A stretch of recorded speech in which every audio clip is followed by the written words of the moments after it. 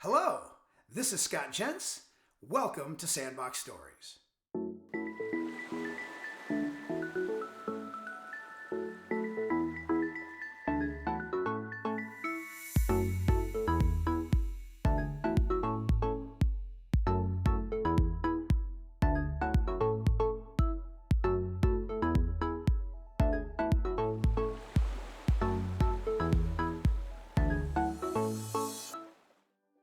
Hello, welcome to this Sandbox Story, which is an interview with my friend, Dr. Vince Brandys. Dr. Brandys brings a unique perspective from a career that's been deeply involved in industry relations and government advocacy activities. Dr. Brandys, welcome to Sandbox Stories. Thank you, Scott. It's been a long time goal of mine to make the list of the great attendees from Bob Steinmetz to Art Epstein. And it's a very lengthy list of celebrities and big impact players in optometry and ophthalmology. So thank you for inviting me. Well, I'm thrilled to have you here. And before we get started on stories of optometry and our profession, I want to go back to your upbringing. You're a Chicago kid who loves the Green Bay Packers. Explain that one to the audience. Oh, that one actually, Dr. Steinmetz always gives me grief about that one. But growing up, I was born in '63. So growing up then, there was the Chicago Cardinals and the Chicago Bears and the White Sox and the Cubs. Southsiders were Cardinal and Sox fans. Northsiders were Bear and Cub fans.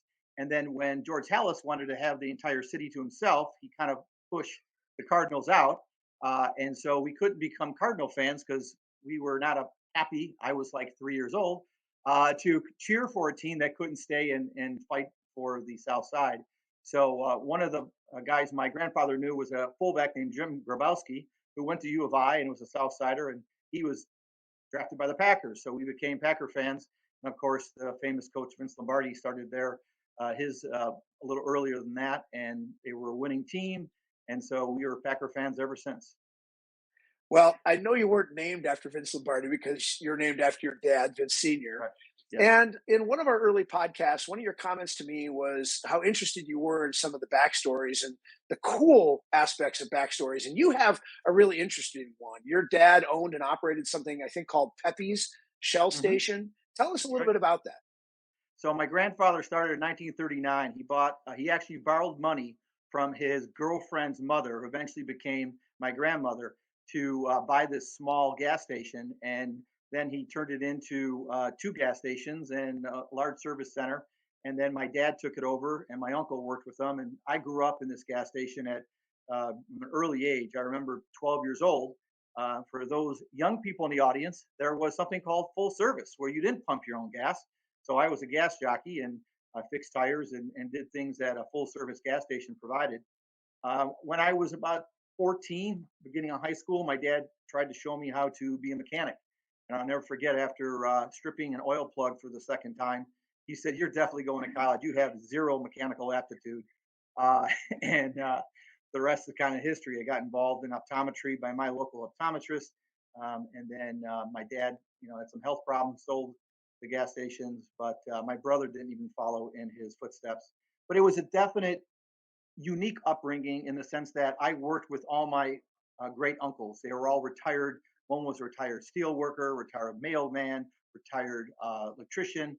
And so I would work with them, and they would teach me things about life, teach me things about work ethic, teach me things that, my dad maybe didn't have the time to teach because he was so busy with the two gas stations. And he also had a third side hustle when he was an engineer on the EJ&E Railroad. So my mom raised us. My dad was always working, and he and my mom never went to college. So it was their goal to have all three of us go, and we all did. And two of the three of us had advanced degrees, and I know that made them proud. Back in those days, that service industry of hardworking people who worked with their hands to serve others sort of feels like it had a contributory effect to the way optometrists, right, are serving their community today. Can you draw any parallels, the things you learned and taking care of people who came to this full service station that you ended up finding parallel to optometry? Absolutely. Number one, my dad was involved with the limited time he had in the Kiwanis Club, in the Lions Club, in the Chamber of Commerce. So I knew at an early age to build your business. Optometry, when I started at ICO, I knew I wanted to go into a private practice and start my own eventually, because that's what I was raised in, and it was something that if you give the care to that customer is the same way as giving that care to the patient. And my dad was a big believer in supporting the community. And it was when something was wrong, he wanted to make it right. And then there were times I remember where he said, I'm not going to please this person, like we've had with patients. So then he would recommend them to go to a different service station or a transmission place because he couldn't find whatever their problem was. One of his famous sayings was, I can't fix the car if you're still driving the car. So a lot of times people would say, well, I can't give it to you. I need to get to work or I need to do this. And he would always say, you got to give it to me for a few hours before I could tell you what's wrong with it. Sometimes with our patients, that was a great parallel. They want us to fix their eyes without coming into the office. Wow, that's really interesting. Well, I remember days where my dad would take us to the local service station, and it was sort of a gathering place. Of course, that's different than an optometry practice, but I'm sure you have incredibly fond memories of those days. You said that your optometrist influenced you to go to optometry school. When did you start getting care? And for what did you get care? Oh, I was highly myopic at an early age, and I was fitting the old PMMA lenses. And then, pre-internet, I was interested in the Air Force and Navy. So I wrote to them, brought the requirements in, and handed it to my optometrist, Dr. James Blumenthal from Riverdale, Illinois, an ICO graduate, very big into BV and vision therapy. And I never forget, he looked at my little information and he kind of callously tossed it aside and said, you're never going to be a pilot. You have bad vision. I was crushed. And he could tell that I was. So he called my mom the next day and he said, look, I didn't mean to be so hard on your son, but I didn't want him to get his hopes up. He can't fly with his vision. If he likes math and science, maybe he wants to shadow me and learn about optometry. And so none of my family members, my dad's brothers and sisters, were into science. My one older aunt went to DePaul, which is eventually where I went for music.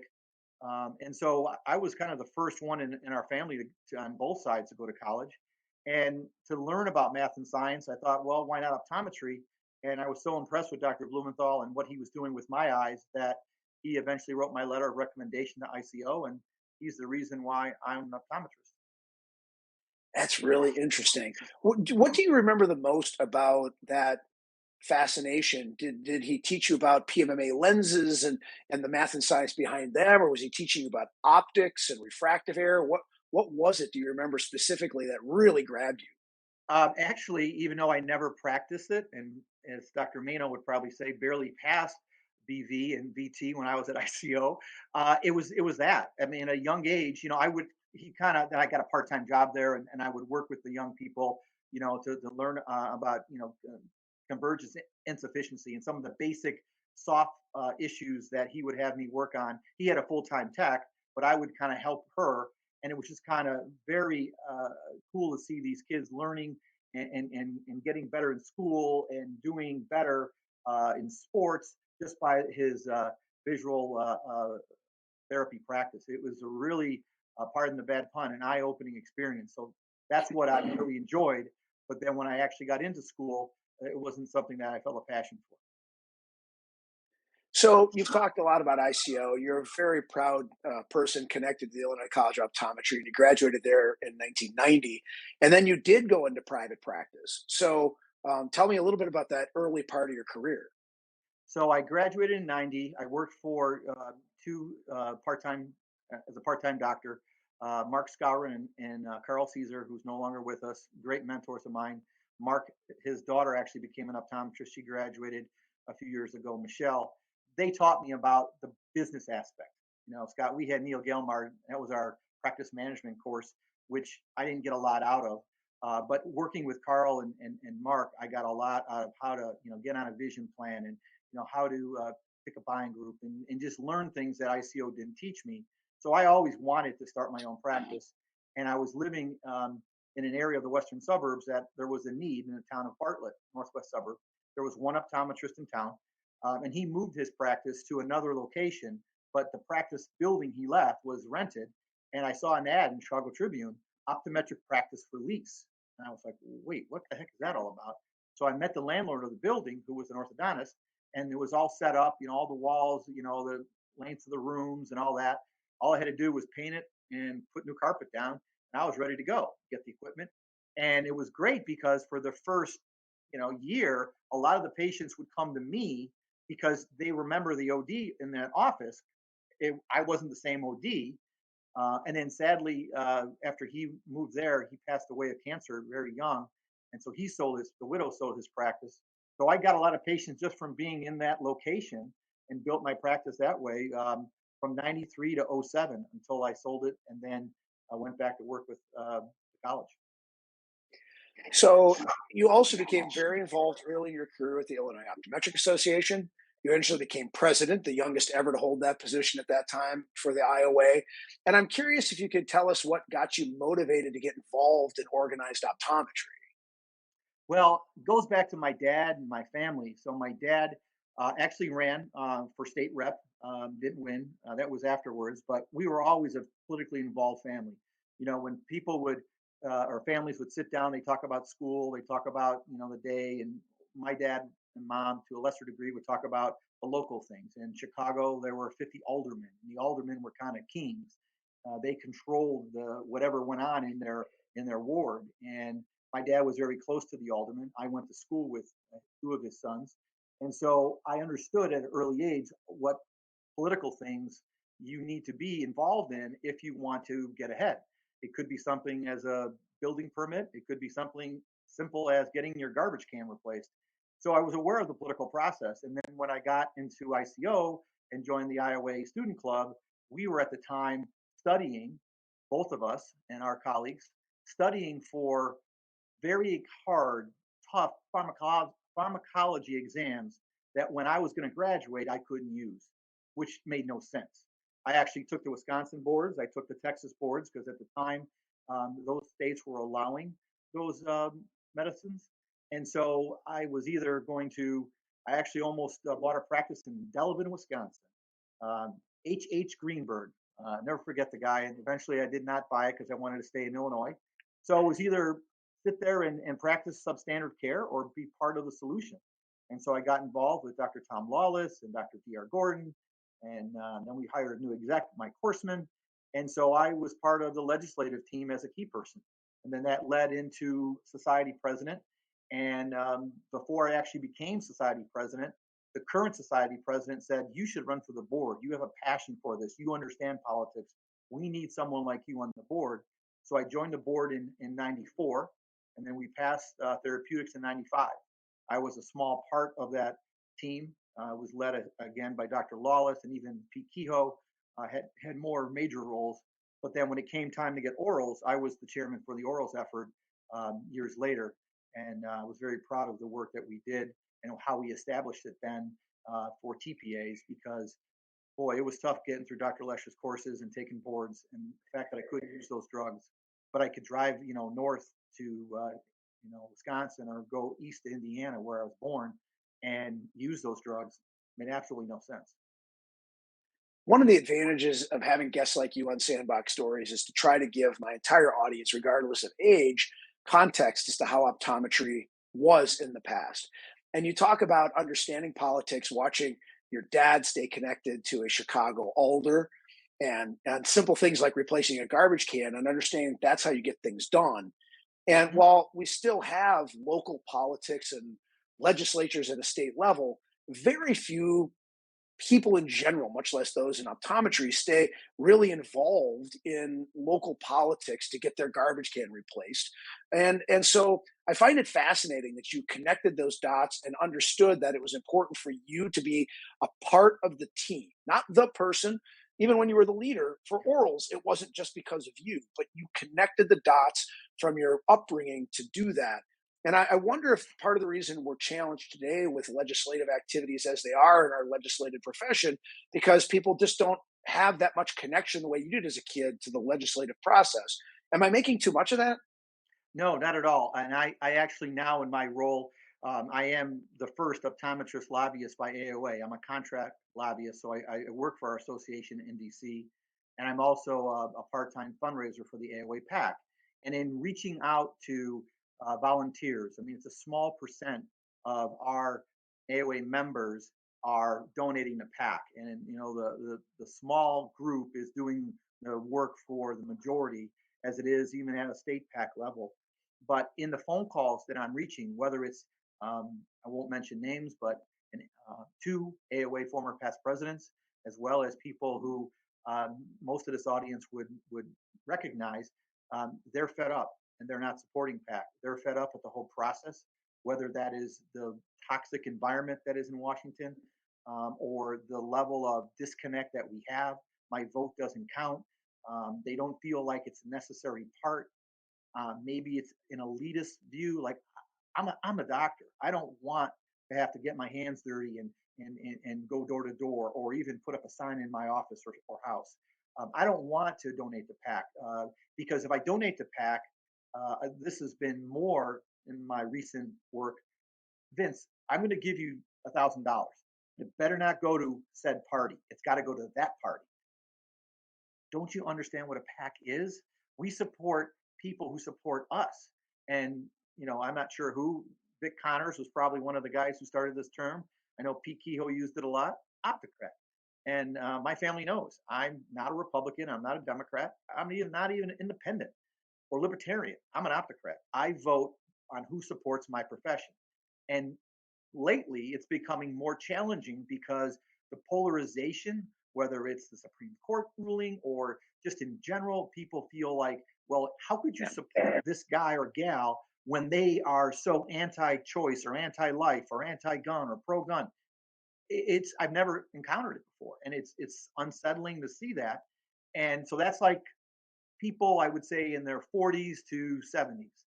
Their attitudes have changed. What's more of a concern is the people under 40 who understand the process but just feel like they don't want to get involved. And even donating $10 a month is something that they don't want to do, even though it's not a financial reason. It's more of a personal principle thing. And then when they don't get what they want, or like, how come this didn't get passed? Or how come you didn't, Medicare rates dropped again? Well, did you read what the AOA put out? Yes, we took a cut, but the cut was a lot less than we were going to get if it wasn't for AOA and AMA and the other healthcare groups. So without us, the old expression is, if you're not at the table, you're on the menu. And if we don't continue to educate our younger doctors as to how impactful there is, someday, hopefully not in the future too soon, but stalwarts like Scott and Vince and Pete and others are going to retire and not be involved. So we're looking to hand that torch and hand that baton off to others to say, please pick up this. Otherwise, we are going to be in the same situation that for many years, Scott, ophthalmology's been in. They've always had that approach where we're surgeons. We're not going to go to see a state rep's, chicken dinner or go to a golf outing. We're real doctors. And that's how we have, not just in Illinois, but across the country, been able to get these scope changes, because we're able to network with these individuals who at some point may be the governor, at some point may be the next congressman. So you have to start at an early time, but we can't have people who aren't willing to go talk to those individuals, and they might even be patients of theirs. That, to me, you got me on a little tangent here, but that to me is one of the most, if anyone in this audience is listening, if your patient, this is not a violation of HIPAA, if your patient is a member of the General Assembly or involved in politics, they hold elective office, you should let your state association or national association know. Just make sure that you ask them. As long as they say, of course you can let them know that I'm your congressman. That way, AOA has a key person. You may be an unwilling key person, but I guarantee you that legislator is going to listen to you, the doctor, because he's trusting you for his care, than someone else who might just be an optometrist in his hometown. Well, you're a shameless political fundraiser, and I give you incredible credit for that, because everyone understands that they don't always want to give of their time, but that the process is about political funding. And the basics of what you're telling us is that if you can sort of plug your nose and understand that you need to let the AOA and the state associations direct funds to those that, when they're in office, should support the optometric cause as a whole, that if we can just be giving of the funds we can afford, $10 a month, my goodness, people spend that on Spotify. And that's your advice. Do I understand it that it's let them direct the funds where they know optometry will get the biggest bang for the buck? Yes, and even better, I mean, I can't speak for other states, but I can speak for Illinois and I can speak for AOA. They will send you to an event. So if you're saying, "Well, my congressman sent me an invite, it's $1,000," I don't have it. I don't want to spend $1,000. Contact the state or the state association or the AOA, and they will potentially be able to send you to go. That's what these PAC dollars are used for. State PAC only for state candidates and office holders, federal only for federal. So the other thing too is that if you are giving to your AOA, that doesn't mean that Wisconsin or Illinois, your state, gets that money. They have to stay separate. If you're giving to your state, AOA doesn't get that money. You have to donate to both. And some people give more to their state, especially if they're pushing for expansion. Certainly understand that. And so if you have to figure out what you want to prioritize your money on, it's no different than prioritizing things in your business. Do you really want that OCT upgrade? Yes, but you really can't afford it. So you got to figure out how you're going to do that. And so I always get, well, what's my ROI? What's my return on my investment?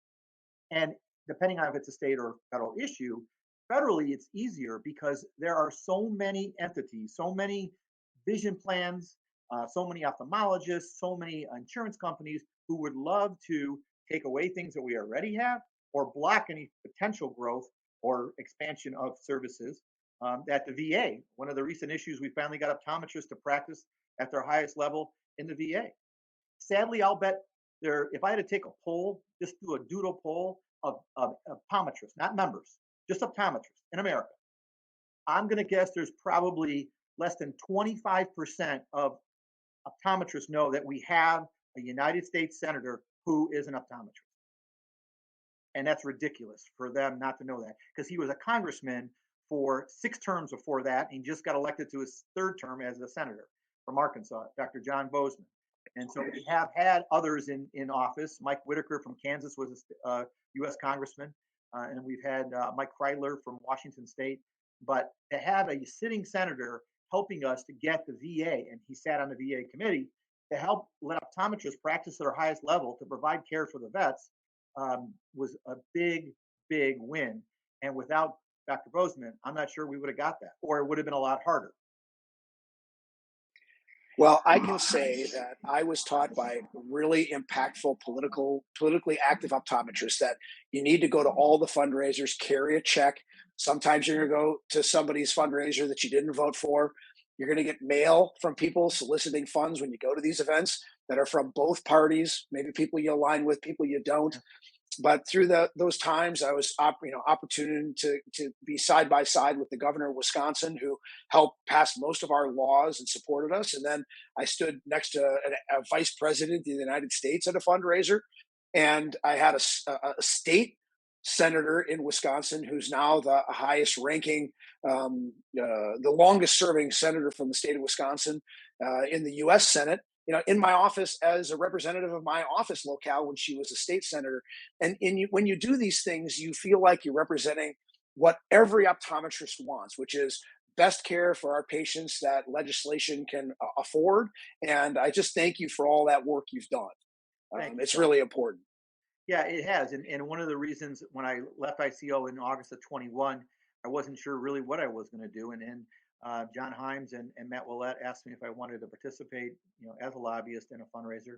And it is not too easy to ask someone for money, but when it comes from a fellow optometrist, I've been, successful in some degree. But what I'm seeing is a lot of people feel that their money isn't getting what they want. And just to make it clear, the AOA or any of our states have never bought a vote. With this money, we buy access. And I know Illinois does it similar to AOA. You can ask your state, the money you gave as an association, what was the percent of return in the sense that those people you supported won their race or became, newly elected if it was an open seat? Where you can say, well, I don't have it off the top of my head, but I believe it was over 90%. Joe Ellis sent something out not too long ago for November probably I think it was closer to 93% of money that AOA PAC invested into candidates and current incumbents who are friends of ours won re-election or election in this case. And so it's been something that's been significant for us to hopefully have those individuals, because that access point is when you want to get a meeting, when you want to be able to talk to a member, whether it's in Illinois or at the national level, a lot of times you won't be able to get that audience. And by getting the audience, by supporting the campaign, that's the way you open the door to talk to that person. Fantastic. So I want to recognize the couple of decades of work you did for the Illinois College of Optometry. And in a similar way, your goal in your role around government relations was so critical. I mean, you were fundamentally responsible for working with the team and leading the team through funding at ICO and so many activities that got legislators to better understand optometry. And I'm curious why you can reflect on the importance of that work that you did at a college of optometry, much less your alma mater, to help, again, legislators understand optometric education. Tell us a little bit about why that work was so important. Well, I'll start and end with what just recently happened. For many years, any type of appropriation, or people may say earmark, pork, was blocked. And recently, the process was changed in which you could apply for a federal grant, an earmark appropriation, and you were hoping that your congressman or congresswoman would support you. So, jobs or campaigns was to work with ICO's Congressman Bobby Rush.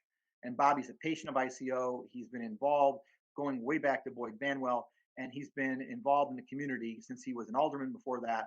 And he understood that we take care of his constituents and we don't ask citizenship status when you walk in the door. So people who need the care get the care.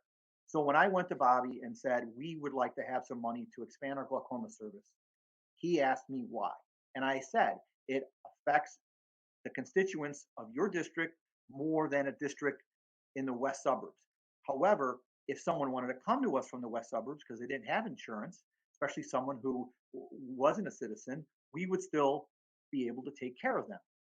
That was the deal sealer right there. He was ecstatic about that. The way the appropriations process worked is he had 10 entities that he could put forth through Congress to see if they could get funding. And we originally asked for $500,000.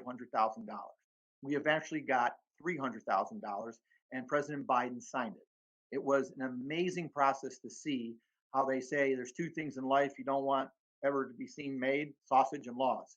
Well, I saw what we went through with Bobby on that, and he was leaving office too. He's no longer going to be ICO's congressman.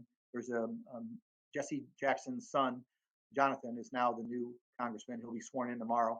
And so it was, to lose Bobby was huge. Now, hopefully ICO and staff there will reach out, and I will as a lobbyist as well to Congressman Jackson. But what Bobby was able to do was give us $300,000 to help those individuals to expand our glaucoma service. And for those of you who are maybe thinking, well, that's just pork, Vince. No, that's lives, that's families, that's productivity, that's jobs. And for those of you who don't believe the money is going to go to glaucoma, it is a federal crime if you do not use the money for what the government gave you the money for. So if ICO wanted to, they're doing something with Brady Hall, they want to deflect that money and pivot to Brady Hall, that would not be a good idea because it would be against the law. It's got to go to the glaucoma. Now, could it go to another medical care within ICO? They'd have to apply to the HHS for ancillary use. But as I don't know, since I'm no longer there, it is intended to go for the glaucoma service. Yeah, and definitely will be. So, who are other people that you could recognize, in addition to yourself, that are exceptional in advocacy? Because this is all about advocacy. You've mentioned Joe Ellis. I know of somebody like Lori Grover. Who are some of the people that would come off the tip of your tongue that are good examples, great examples of advocacy-minded optometrists in our industry today? So I'll start with a young person whose father has been involved in optometry forever. That's Dr. Bob Moses from Indiana. He's got several offices in Indiana. Both his son and daughter are optometrists. And that young lady's name is Dr. Jenny Cohn. And Dr. Cohen is amazing. She is going to be the next AOA PAC chair, only the second woman to ever be chair. She has the drive, the passion. She's articulate. She understands it, and she can relate to the younger audience, the younger ODs, male and female, to say why I'm getting involved. She's married to an optometrist. They practice in both Illinois and Indiana. So Jenny is an amazing key person and fundraiser for our profession. Other people like Tom Cullinane from Missouri, Pete Kehoe, who I mentioned. There are others who, Dorothy Hitchmont. There are so many people who I've worked with, and Ron Rawls from Iowa. There's people that, Wiley Curtis, that keep coming to my mind here, who have been so helpful. Hillary Hawthorne. These individuals have done a lot, not just for the dollars. And I've had doctors say to me, hey, I'm just too busy. I'm a busy lecturer. I have 4 practices. I have 3 kids. I can just give you money. And that's fine. But then there's no excuse then if you can't support it. Can we send you to an event? Can you help us with this, Congressman, by just going to his office and talking to the staff and educating this person on whatever the issue might be? So if you really want to get involved, there's a way to get involved. And I'd be happy to privately chat with anyone about this, because it is something that we need to get a bench ready to put our second string in, because old Scott and Vince won't be doing this for the next 30 years. Well, I'm going to give the audience a chance to connect to you. Anybody that wants to get in touch with me will get connected to you. And what I've always loved about our conversations is the passion about the process and the want for just anybody who's got a bit of time. And I know you will feel bad when this is done that you forgot somebody's name. So if we've left you out, folks, it's not by intent. I put Vince on the spot here, but the if this even trips a little bit of a trigger in your mind to try to support the way optometry can be put forth and be advocated for, please let us know. This is the time that the industry needs you to think about this as something of an adjunct to the way you spend your time supporting your community, supporting your practice, your family. We beg and plead for your participation. I want to ask you one other thing about being in the industry. You've served different kind of companies as a consultant in different areas, right? Lenses and laser vision correction. What's been the most compelling about those efforts? The ability to work with optometry and ophthalmology, specifically in the surgical realm. I recently am a KOL for Zeiss with their new procedure, Smile. And it's great to see how optometrists need to learn more about Smile. And if they don't have a surgeon who uses this technique, they can find one to do it. I work with a father-son retina practice who are trying to grow their practice within optometry, and saying, look, we do what we do well, and you do what you do well. So there's no reason for me to be, monitoring your mild diabetics with retinopathy. But if they need an anti-VEGF, we'll send them back to you to monitor. And I think when we graduated, it wasn't as holding hands, kumbaya. It's getting better, and there are still areas of the country where it's very difficult, where co-management isn't used as high as maybe it could or should be. But that's really what I love about that, trying to educate them. And I was able to go to the American Cataract and Refractive Surgeons most recent event or conference in April in Washington. I wasn't part of the official conference. This was more a users group, but I was the only optometrist there on the panel. And I was the only optometrist on the panel that anyone can remember in the last 10 years. And they're finally understanding the role of the primary care optometrist to a bigger degree. And I hope that continues. And for those states who get expansion of scope, I think most qualified, fantastic surgeons are okay with us doing the minor procedures. It's the ones who maybe are not as talented surgically wise, and they're doing basically medical optometry. Those are the ones who are a little nervous about us doing more that they might think they should be doing. But it's such a great way to continue to work with the two O's and always putting the patient's care as number one. I would be remiss if I didn't ask about your family, your many kids. You have at least one grandchild. You got I do. a dog you love. Tell Yes. us what's going on in the family. So I have two children, Matt and Nikki. My son Matt is an attorney in Chicago, does mergers and acquisitions. My daughter Nikki just graduated with her master's degree in communications and marketing. She's in North Carolina. My son-in-law is in the FAA there. Miles is 5 years old. He is a Green Bay Packer fan, even though Carolina Panthers are there, of course. And the Charlotte Knights are the AAA team of the White Sox. So he's also going to be a White Sox fan if he doesn't know it. And then I have four kids with my wife, Leanne, and they're Liam, Chris, Katie, and Thomas. Katie is actually in her second year at University of Pikeville's osteopathic medicine program. And so we're very proud of her. And the three boys are doing great things in their own careers. So we're very blessed. My wife, Leanne, works in Beloit, Wisconsin for ABC Supply. And she has a heck of a commute, but she's a very dedicated employee, and she's the director of marketing for a subdivision called ACM. Well, I know you're really proud of your family, and I know they're proud of you. So let's close it up like this, right? You've got a locker room full of ODs, and give us your best Vince Lombardi speech so you can motivate the listeners at the end of this to where the profession's going and what you hope to see happen as you retire someday from these many activities to see the profession flourish while others take it over. In politics, in legislation, it's always easier to kill a bill than to pass a bill. And we've had in Illinois attempts for us to have our glaucoma privileges taken away, or potential at the national level, things that we have taken for granted. And to, way back in the 80s, for us to be considered physicians under Medicare and then eventually Medicaid and being included in the Affordable Care Act. So if you enjoy everything that you have now, be careful, because someday they could chip away and we could lose that. So do you want, after all the effort you've given in your training and maybe did a residency, you want that taken away from you, or you want to be told as to where you want to be able to practice based upon your level of skill? Right now, if you're in Oklahoma and your spouse decides to move to Florida, why would you want to give up that ability to practice to your highest level? Because Florida doesn't allow you to do what you do in Oklahoma. So you're actually limiting your career by going to one of the 9 or 10 states that will allow you to practice to your highest level. Whether you're at a corporate office, whether you're in a private practice or a group practice, we as optometrists need to practice to our highest level. One final comment.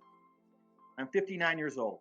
Before I die, I predict an optometrist will do anterior segment surgery and will perform a cataract extraction. See if I'm right before this happens. It's certainly an interesting prediction.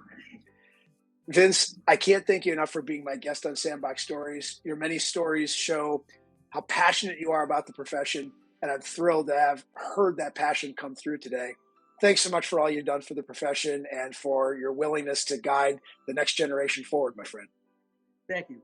We're all optocrats. Let's keep this train running on the track. Thank you.